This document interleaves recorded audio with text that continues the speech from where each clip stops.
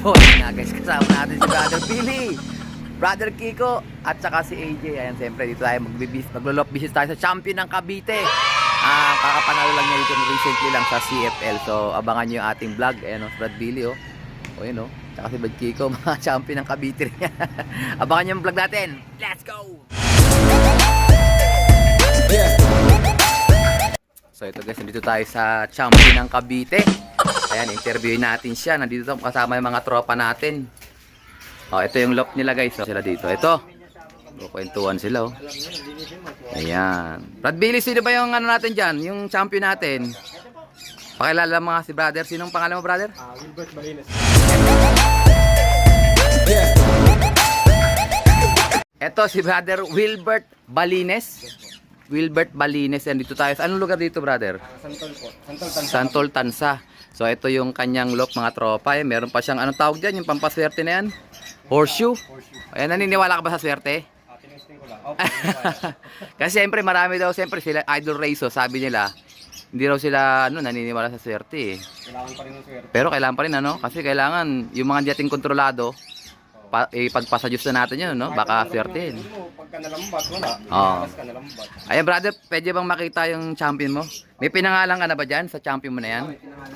Ayan, sige, tingnan natin. Ito lang yung lock niya mga tropa oh. Ayan oh, simple lang. Ito yung lugar niya, dyan doon. Dyan doon dumadapo yung ibon niya. Oh, ito lang, simple lang yung breeder niya. So ito yung kanyang, sado mo yung kundungan brother. Baka lumabas yung young bird eh.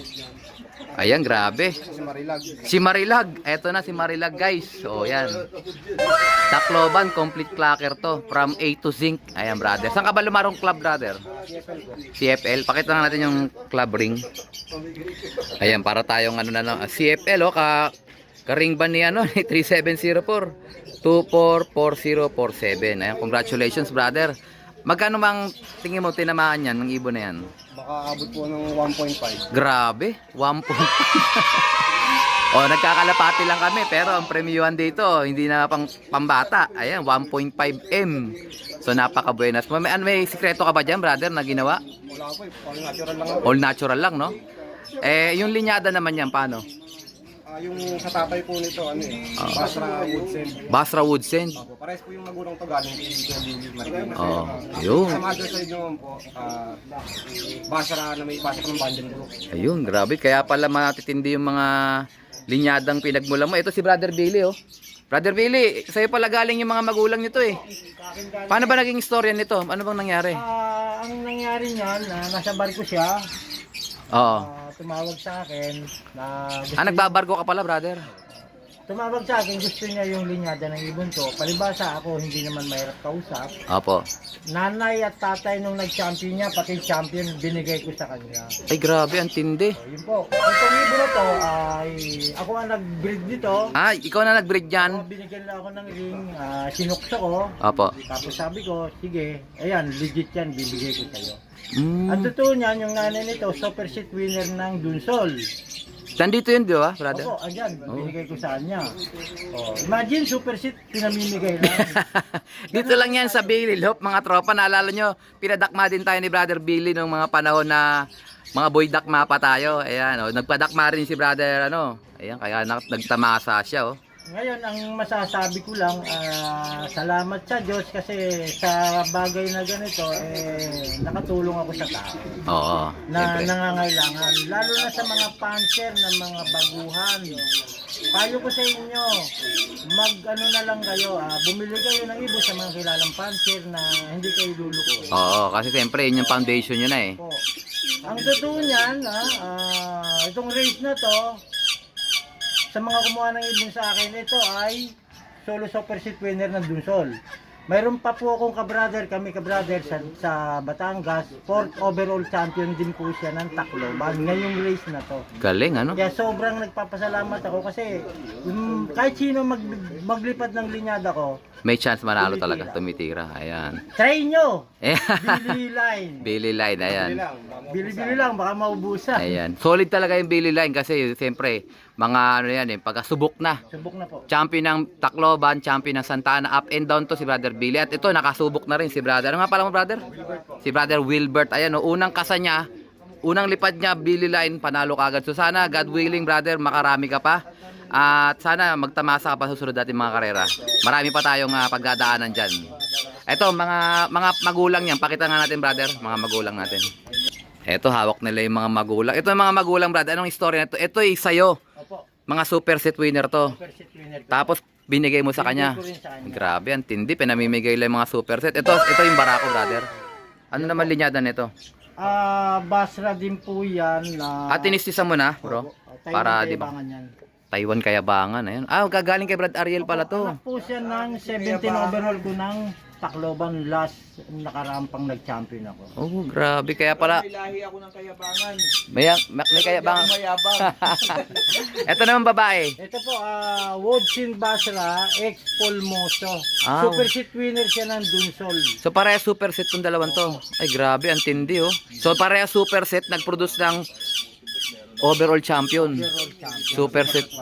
Kaya pagka nag-flowers ka pala ng super set, malakas ang chance magsu-super set din ng mga anak niyan. Ito po yun. Ay napakaswerte, brother oh. Ito Polmoso, Woodsin Basra. Woodsin Basra. Brother Gary Gabriel. Ito naman brother Ariel Bonag. Mga ka-brothers namin, titira mga ibon nila oh. So hindi na lumalayo yung resulta no. Kasi galing super set eh. So anong nangyari? Super set equal super set din. Grabe, ang tindi. Tsaka siyempre, magaling din mag-alaga si Brother Wilbert. Ayaw. So, natural lang, no? Tubig poso lang gamit. Wala ka bang ginagamit na sabon dyan? Tsaka nabanggit mo kanina, victory lang ang pansubo mo. Tapos nung bandang tinamaan siya ng one eye cold pero nakauwi pa rin. 5 days before nagkawana ito sa po. 5 days before? Grabe, ang tindi. Talagang magaling yung ibon mo, no?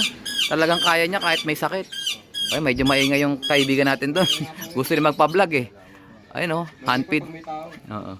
Ayan, nakakatuwang isipin mga ka-brothers natin ang tumira. At sana, magtamasa pa ang Billy Line sa loop mo, Brother Wilbert. At siyempre sa Alarcon loop din. Kasi may mga Billy Lines din tayo. Kaso, ayun si Brad Kiko nag-aabang. Hindi ko pinapansin masyado yung ibon ni Brad Billy. Ngayon, lab na lab ko na. So, ang abangan nyo yung mga Billy Lines natin. Gagamitin natin. Yan lang yung nakasalang sa atin yung first overall niya eh. So good luck ulit, Brother Billy, Brother Wilbert, Brother Kiko, Brother Rodemson. Tayo naman ang susunod champion, okay? Next! So ito kasama natin si Brother, anong pangalan Brother? Ito si Brother Christian, kapatid ni Brother Wilbert. So siya ay nag-aalaga ng mga ibon ni Brother Wilbert pagka wala siya. So brother, congratulations kasama ka sa tagumpay ng kapatid mo at saka ng linyada ni Brother Billy. Ano bang sikreto mo? Paano mo napauwi yung ibon natin? Ano lang po, observe lang po.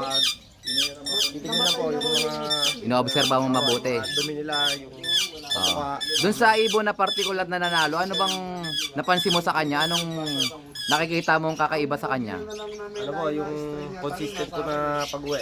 Kung sisi niya pag-uwi niya, yung recovery niya, mabilis siya makarecover. So tingin ko yung mabilis na recovery sa linyada talaga nakukuha yun eh. Parang namamana nila. So ano sa mga kasama niyang ibon, ano siya, babae siya?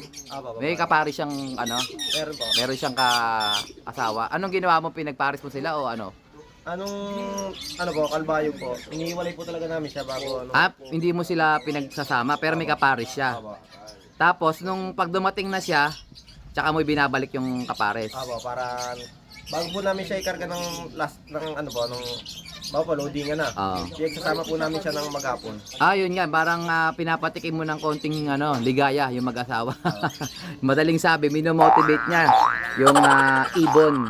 So simple lang guys, parang widowhood din yun, aalisin mo yung asawa niya pag loading day, pag sasamahin mo sila. So basic lang guys, given na yun. Talagang magaling lang talaga yung ibon. At syempre, yung nag-aalaga na rin. Cage nga lang po gamit namin. Sa loob, tingnan natin. Ito cage lang din gamit nila guys. Ayun ganyan, motivated na yun. Ayan. So ngayon guys, mga brother, anong gagawin nyo sa premyo nyo? Kung sakali man na makuha nyo, yung 1 point something. Bibili po lupa. Bibilin lupa, napakagandang investment niya brother. Kasama mo si Brother Wilbert sa pangarap na yun, makakabili kayo ng lupa. Dahil sa kalapate lang brother, Ang tindi nun. So kayo yung pinakahalos malaking tinamaan ngayong season ng South Kasi yung iba, hati-hati pa sa Ang goal nga super lang set. po namin makapag, ano lang po kahit finisher, makauwi lang po ng Tacloban. Oh, pero ipinagkalob sa inyo ng Diyos yan, kaya Nakapagkarga po kami Tacloban, pero hindi na hindi na umuwi. So alam niyo na talaga yung gagawin kasi nakakapag-load na rin kayo ng dulo. Kumbaga hindi na kayo masasabing beginner's luck, ano? Kasi meron na kayong ano, first time nakapagpawi pero lagi na kayong sumusubok. Ayan, congratulations ulit mga brothers, Balines Brothers. Ano nga lop name nyo? Balines Lop. Ayan, isa na namang kalaban natin sa Cavite, champion ng Cavite. Pero tropa natin yan. Ibon lang naglalaban. Masaya ako sa inyo mga brothers. Hanggang sa muli. Let's go! Ito pala yung Magic Poso mga tropa. Para mag-champion ka, mag-poso ka. Let's go!